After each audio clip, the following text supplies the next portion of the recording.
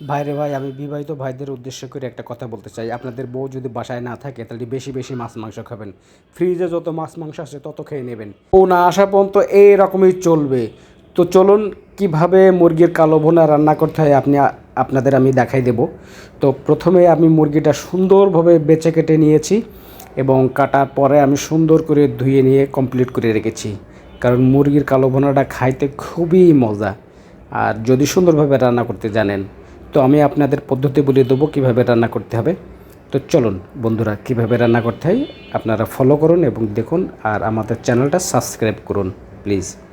তো প্রথমে আমি মুরগিটা সুন্দর করে ধুয়ে নিলাম, কেটে পিছিয়ে ধুয়ে নিলাম। তারপরে আমি পেঁয়াজ কুটে নিলাম আর কিছু আদা, তারপরে শুকনা মরিচ, তারপরে রসুন, এগুলো ব্লেন্ড করার জন্য তৈরি করে রাখলাম। তো ব্লেন্ডারে দিয়ে দিলাম। দেওয়ার পরে আমি এটা ব্লেন্ড করে নেবো। ব্লেন্ড করে নেওয়ার আগে আমি এর ভিতরে গোটা জিরা, তারপরে গোটা ধনিয়া দিয়ে সুন্দর করে ব্লেন্ড করবো। তার কারণ এগুলো যদি দেওয়া হয় তাহলে খুবই মজা লাগে। তো যাই হোক, আমি এটা ব্লেন্ড করে নিলাম। ব্লেন্ড করার পরে দেখুন কত সুন্দর হয়েছে।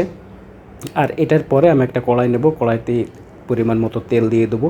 তেল দেওয়ার পরে এবারে কড়াইয়ের ভিতরে তেল গরম হয়ে গেলে তারপর দেবো পেঁয়াজ, এবং এর ভিতরে কয়েকটা মশলা দেবো। সেটা হলো ডালচিনি, এলাচ এবং লবঙ্গ। এগুলো দিয়ে সুন্দর করে ভেজে নেব। কারণ এগুলো দিয়ে যদি সুন্দর করে ভেজে নেওয়া হয় তাহলে অনেক সুন্দর লাগে। আর ভাজাটা একটু পোড়া পোড়া টাইপের হওয়া লাগবে, যেহেতু এটা মুরগির কালো ভুনা। তো যাই হোক, এর ভিতর পরিমাণ মতো লবণ দিয়ে দিলাম এবং মশলা ঢেলে দিলাম।